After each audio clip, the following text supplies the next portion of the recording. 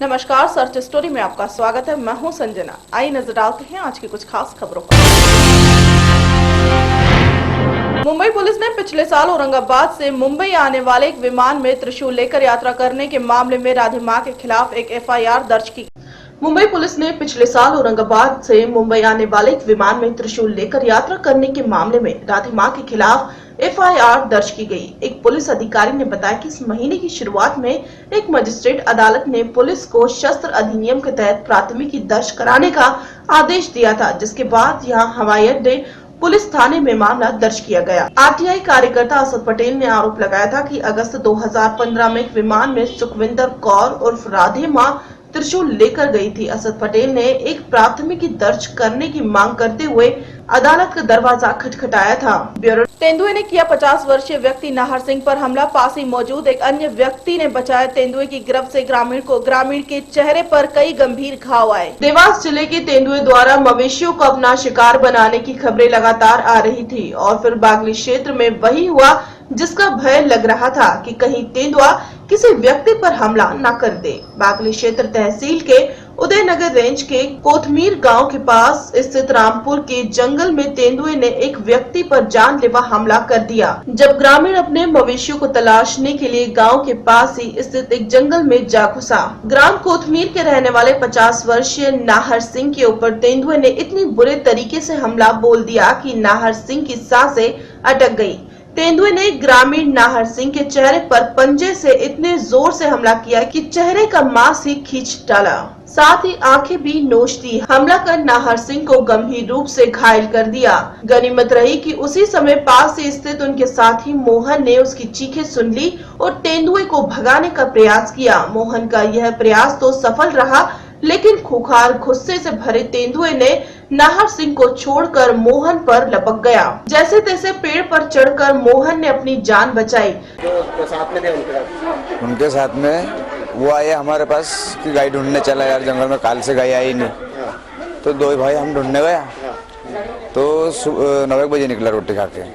तो दिन भर ढूंढे और शाम को ढूंढते ढूंढते आ रहे थे आगे पीछे। गांव से कितने किलोमीटर पे? 3 किलोमीटर पे गए थे।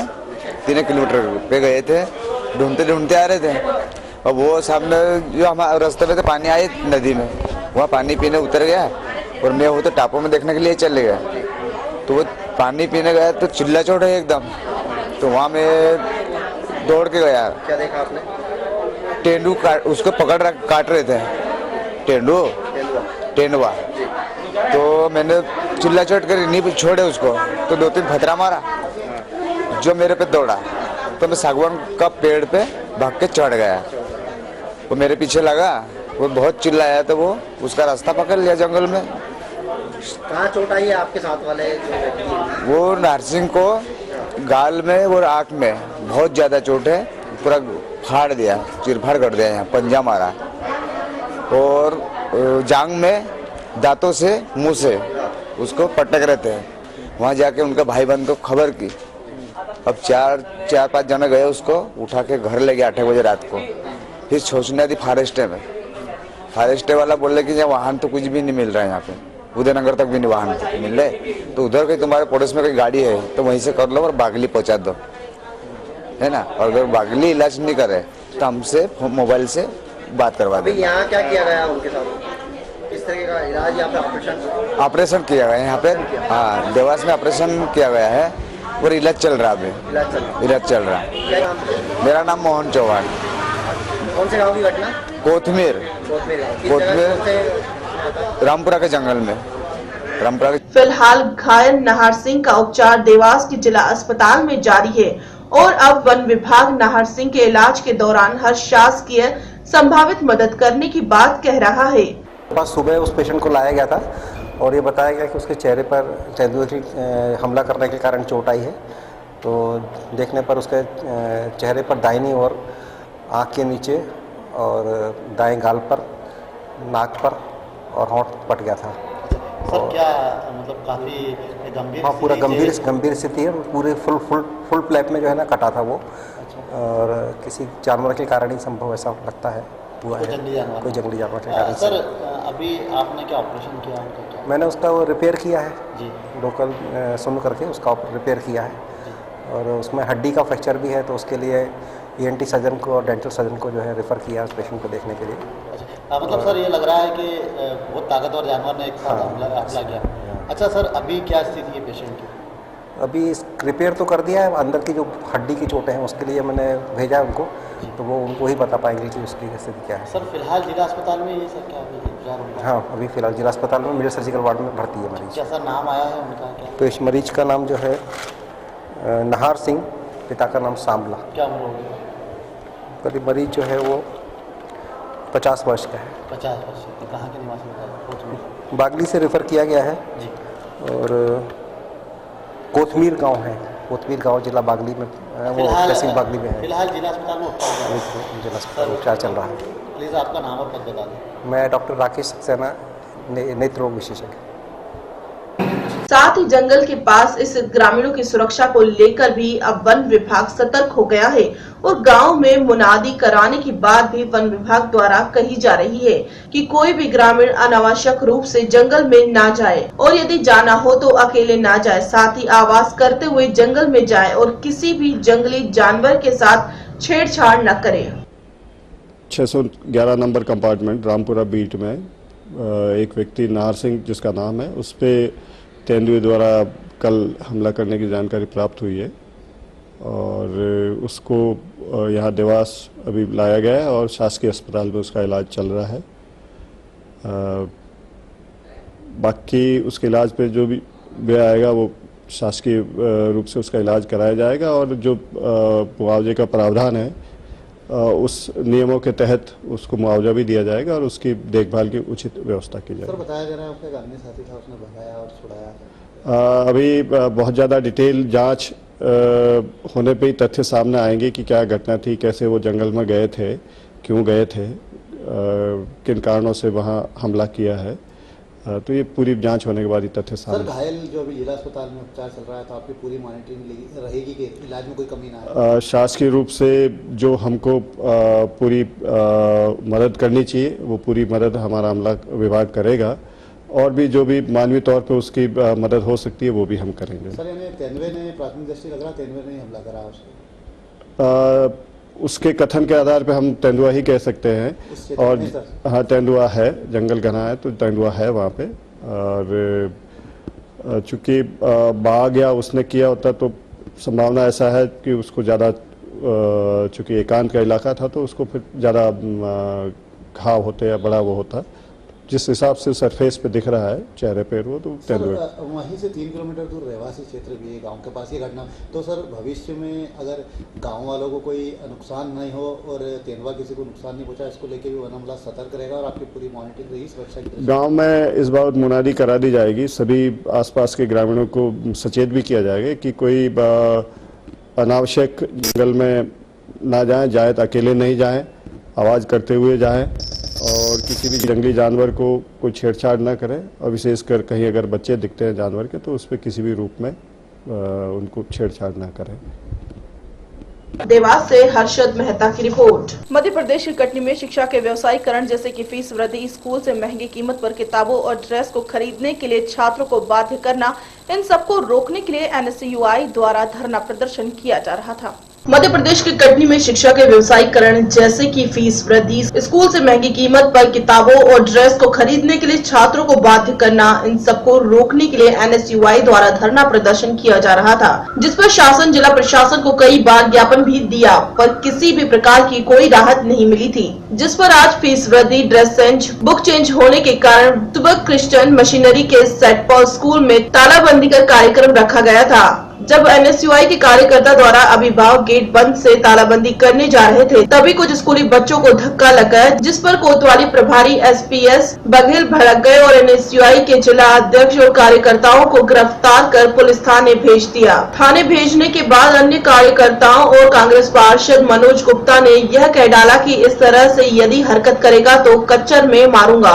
नेतागिरी करना भूल जाएगा। मैं भी जब कॉलेज में पढ़ता था तो वाइस प्रेसिडेंट था, ऐसी हरकत नहीं करता था। पर कोतवाली प्रभारी कहते हैं कि स्कूल में परीक्षा चल रही है, तालाबंदी उचित नहीं है। पर जब स्कूल वाले परीक्षा के समय ही फीस वृद्धि पर एडमिशन कर रहे हैं तो अभिभावक और छात्र नेता अभी विरोध नहीं करेंगे तो कब करेंगे। ऐसा लगता है कि पुलिस वालों के ऊपर फीस वृद्धि का असर नहीं पड़ता, तभी तो पुलिस छात्र नेताओं को किस तरह से बोल रही है कि ऐसा प्रदर्शन नहीं किया जाता तो पुलिस ही बताए कि छात्र नेता और अभिभावक कैसे प्रदर्शन करें जिससे स्कूल में फीस वृद्धि, बुक ड्रेस में चल रही मनमानी पर रोक लग सके। पुलिस के भय से छात्र नेता ठंडे पड़ गए। वहीं फीस वृद्धि को लेकर सेंट पॉल स्कूल के फादर एलेक्स चेंडा ने कहा कि हम हर साल जो 10% फीस बढ़ाते हैं उससे टीचरों की सैलरी देते हैं। वहीं अभिभावक जय गुप्ता ने बताया कि KG1 2 पन्ने का एडमिशन फॉर्म 1000 रुपए और 12,500 रुपए फीस, 3000 बुक की जमा की तथा 3 क्वार्टर की फीस अभी जमा करना बाकी है। इससे तो ऐसा लगता है कि जैसे स्कूल प्रबंधन फॉर्म बेचकर ही लाखों रुपए अंदर कर लिए। फीस बुक के नाम पर अभिभावक लूट रहे हैं और शासन प्रशासन मौन में है।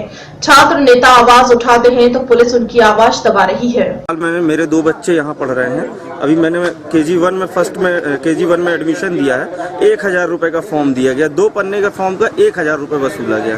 इसके बाद सेकेंडली 12,500 रुपए फीस, 11,500 जमा हुई। अभी तक मेरा बच्चा एक दिन स्कूल नहीं गया। स्कूल अभी कल परसों से ओपन होने वाले और मैंने 12,500 प्लस 3,000 की कॉपी किताब उसकी परचेज कर चुकी। 15,000 रुपए अभी मैंने फर्स्ट में कर चुका पे और इसके बाद अभी फर्स्ट क्वार्टर की फीस छोड़ के मुझे 3 क्वार्टर और जमा करने। ये फीस ज्यादा नहीं है तो क्या है? अभी फीस ऑलरेडी 10% हर साल 10% फीस बढ़ा रहे हैं। 10% फीस कुछ मायने रखती? 10% हम लोगों की इनकम नहीं है भैया। हर साल 10% बढ़ाएंगे तो आप लोगों ने अभी प्रिंसिपल से बात की? बात हुई, लेकिन हम लोगों को संतुष्टजनक कभी आंसर नहीं मिलता है। बात होगी, विचार होगा, सब कुछ होगा, लेकिन फीस अपनी जगह रहेगी। कोई एक्शन नहीं लिया जाता इसके लिए। अभी मेरी बच्ची 8 क्लास। क्या नाम है आपका? जय गुप्ता। मेरे 2 अभिभावक हूँ। देख रहा हूँ यहाँ सिर्फ हल्ला होता और कुछ भी नहीं होता। मध्य प्रदेश कटनी से यश खरे की रिपोर्ट। महोबा के थाना खरेला अंतर्गत ग्राम पाठा में घर पर रखे अवैध तमंचे से खेलते वक्त अचानक गोली चल जाने से बच्ची घायल हो गई।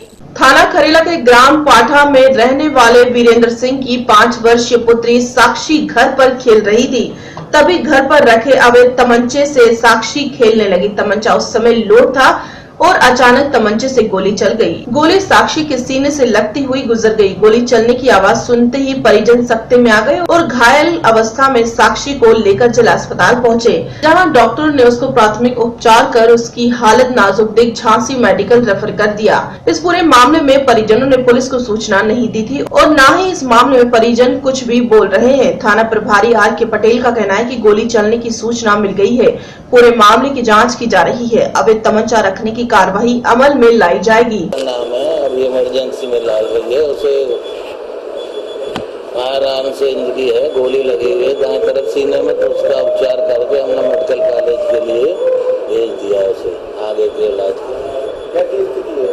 अभी तो ठीक है उसकी हालत, लेकिन सीरियस तो है ही है वो। यहाँ से महोबा से इसराइल कुरैशी की रिपोर्ट। उत्तर प्रदेश के विधानसभा चुनाव करीब आते ही मुख्यमंत्री अखिलेश यादव पूरी तरह से एक्टिव हो गए हैं। अब वे जनता से सीधे संवाद और राहत अपने हाथों से उन्हें देंगे। उत्तर प्रदेश के विधानसभा चुनाव करीब आते ही मुख्यमंत्री अखिलेश यादव पूरी तरह से एक्टिव हो गए हैं। अब वे जनता से सीधे संवाद और राहत अपने हाथों से उन्हें देंगे। इससे वे सरकारी योजनाओं और अपनी उपलब्धियों की जमीनी हकीकत जान सकेंगे। यदि कोई कमी हुई तो उसे समय रहते दूर करने का प्रयास करेंगे। इसी कड़ी में अखिलेश यादव 31 मार्च को महोबा में गरीबों को खाद्यान्न मुहैया कराने के समाजवादी राहत पैकेज वितरण योजना की शुरुआत करने जा रहे हैं।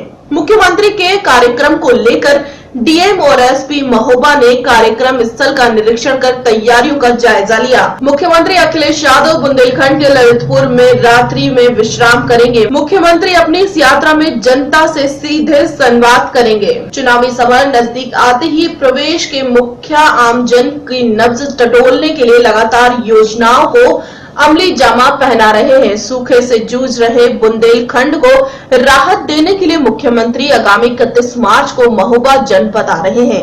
यहाँ उनके द्वारा पॉलिटेक्निक मैदान में एक जनसभा को संबोधित किया जाएगा। इस कार्यक्रम में विभिन्न योजनाओं के अंतर्गत 2700 लाभार्थियों को मुख्यमंत्री लाभान्वित करेंगे। राजकीय पॉलिटेक्निक मैदान में वह विभिन्न जन कल्याणकारी योजनाओं के तहत चयनित लाभार्थियों को राहत पैकेट बांटेंगे। प्रत्येक पैकेट में 20 किलोग्राम आटा, 5 किलोग्राम चावल, 3 किलोग्राम दाल व 1 किलोग्राम देसी घी उपलब्ध कराया जाएगा। मुख्यमंत्री इसके साथ ही कन्या विद्याधन, लैपटॉप, साइकिल, समाजवादी पेंशन आदि का वितरण कर 30 परियोजनाओं की आधारशिला भी रखेंगे। महोबा में करीब 2 घंटे के प्रवास में मुख्यमंत्री यहां एक जनसभा को भी संबोधित करेंगे। दोपहर 12 बजे मुख्यमंत्री चित्रकूट के लिए रवाना हो जाएंगे। सुरक्षा को लेकर भारी पुलिस बल लगाया गया है। दिनांक 31 परसों को लगभग 9:50 पर हेलीकॉप्टर से यहाँ लैंड करेंगे। 10 बजे से 12 बजे तक यहाँ पर पॉलिटेक्निक के इस ग्राउंड में कार्यक्रम है। कार्यक्रम में समाजवादी सूखा राहत सामग्री का वितरण होगा, कन्या विद्याधन का वितरण होगा, लैपटॉप वितरित किया जाएगा। किसान दुर्घटना के अंतर्गत जो लाभार्थी परिवार हैं उनको चेकें दी जाएंगी और लगभग 200 साइकिलों का वितरण। कितने लाभार्थी रहेंगे? लाभार्थी कुल लगभग 2700 लाभार्थी यहाँ पर मौजूद रहेंगे। व्यापक सुरक्षा के इंतजाम किए जा रहे हैं। इसमें हमारे पास जो है वो हर गेट में जो है वो DFMD वगैरह लगाया जाएगा, HHMD रहेगा। पर्याप्त फोर्स हमें उपलब्ध कराई गई है शासन के द्वारा और DGP मुख्यालय के द्वारा। 3 कंपनियां PSC की भी उपलब्ध कराई गई हैं। ट्रैफिक का भी पूरा बंदोबस्त किया गया है।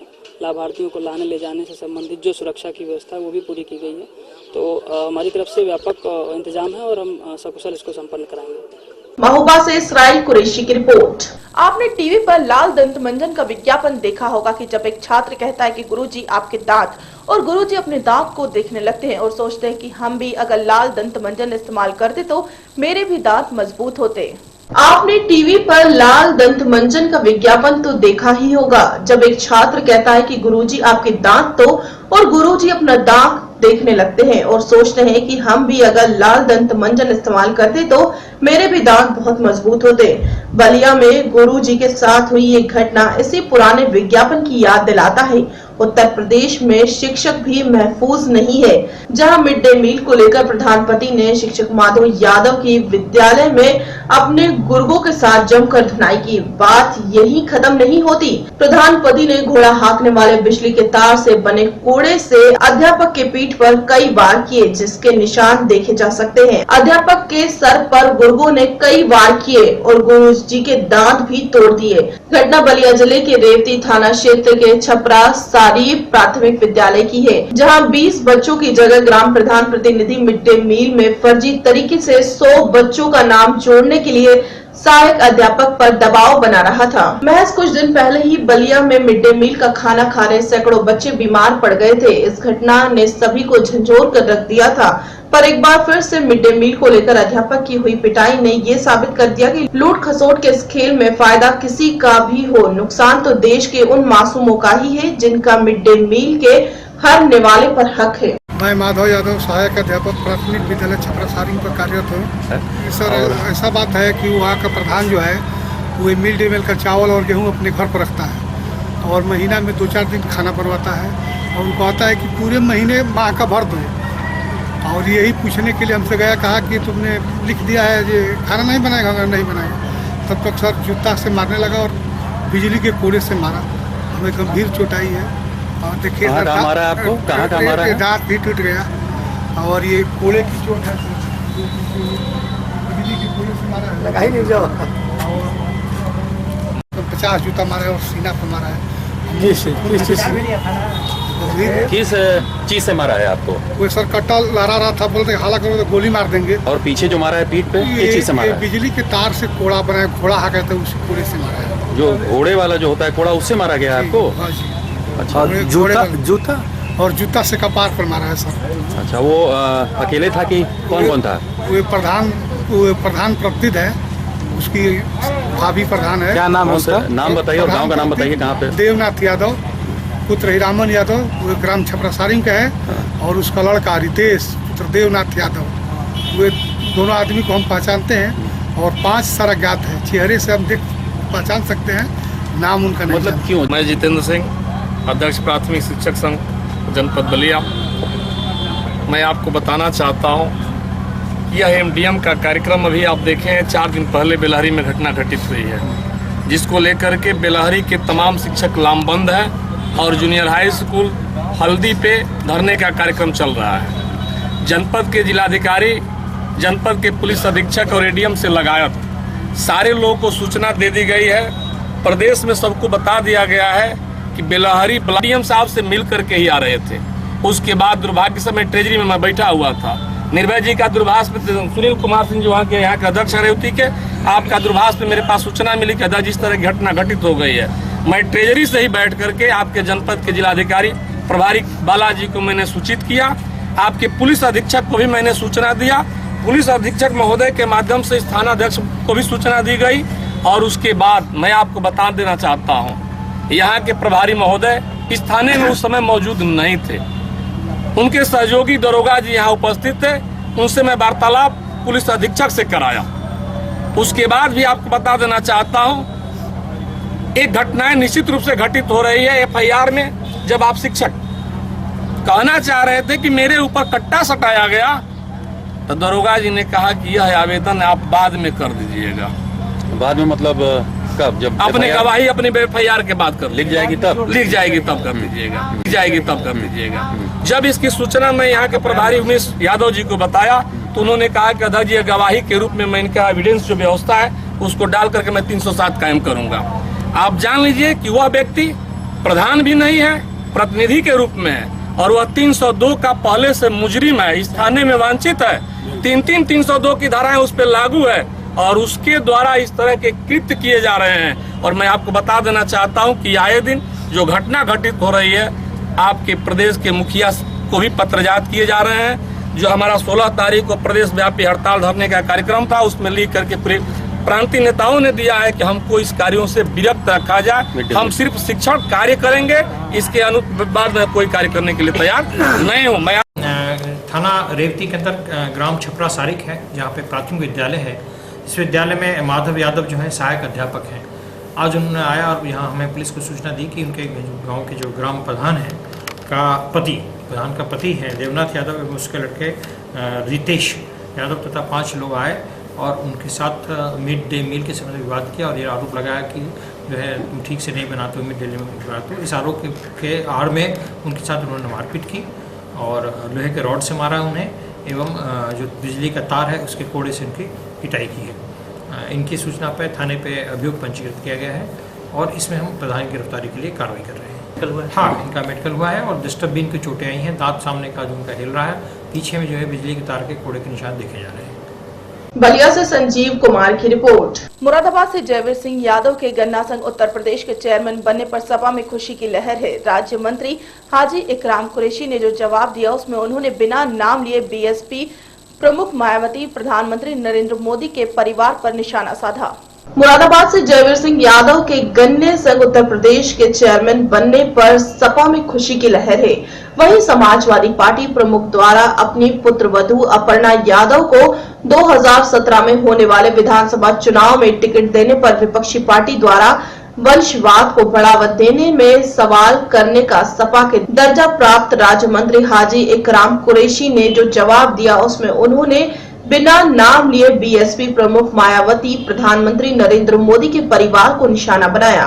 मंत्री का कहना है कि जिनके परिवार में कोई है ही नहीं, हमारे देश के कुछ नेता ऐसे हैं कि जैसे हमारे अटल बिहारी जी थे, उनका परिवार ही नहीं था तो वो क्या बढ़ावा देते अपने परिवार। हमारे प्रदेश के एक नेता है जिसका मैं नाम ही नहीं लेना चाहूंगा, जब उसका कोई परिवार ही नहीं है, बेचारी की शादी ही नहीं हुई है, कुआरी है, तो फिर परिवार को बढ़ावा देने की बात करे तो कैसे? कहीं न कहीं उनकी वो मजबूरी है। वहीं हमारे देश के प्रधानमंत्री मोदी जी, उनकी पत्नी बेचारी ऐसे ही सड़क पर टहल रही है, हालांकि वो हमारे देश की सम्मानित महिला है। प्रधानमंत्री की पत्नी है तो उनके खुद के परिवार नहीं है, तो ऐसा है जैसे एक पेड़ पर अंगूर लटका हुआ है और वो लोमड़ी के हाथ न आए तो वह ये कहेंगे कि खट्टा है।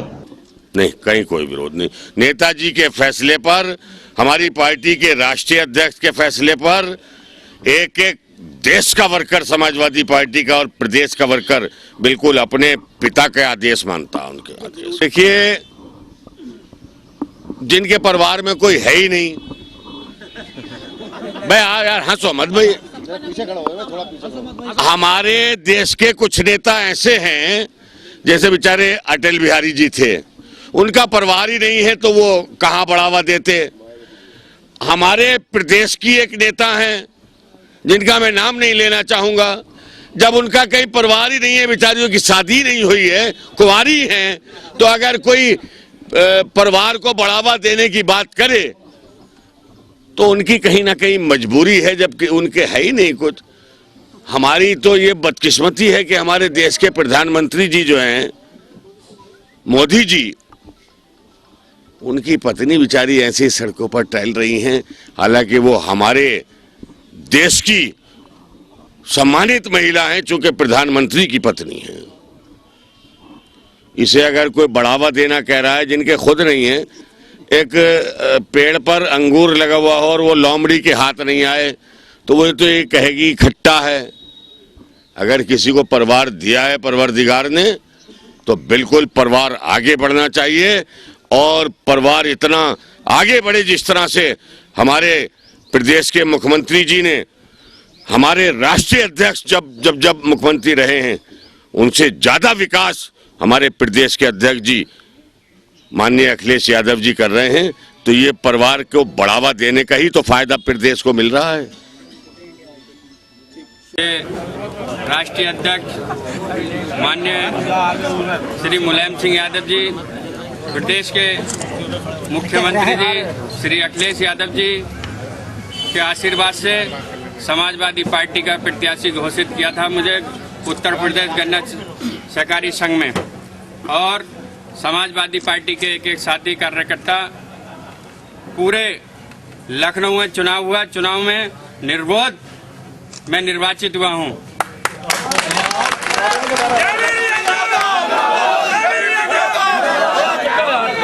और मैं अपने राष्ट्रीय नेता माननीय मुख्यमंत्री जी का आभारी हूं, उन्होंने मुझे प्रत्याशी घोषित करा और मैंने समाजवादी पार्टी का उत्तर प्रदेश में निर्विरोध चुनाव जीतकर उनके हाथों को मजबूत करा। समाजवादी पार्टी के लिए हमेशा एक कार्यकर्ता के रूप में और अपने पार्टी के वर्कर साथियों के हमेशा एक कार्यकर्ता के रूप में खड़ा रहूंगा, और अपने किसान भाइयों की गन्ना संघ का मैं चेयरमैन बना हूं।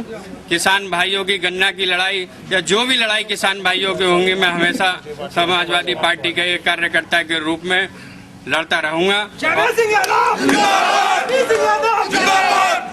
मुरादाबाद से नईम खान की रिपोर्ट। खबरों में फिलहाल इतना ही, मुझे दीजिए इजाजत, नमस्कार।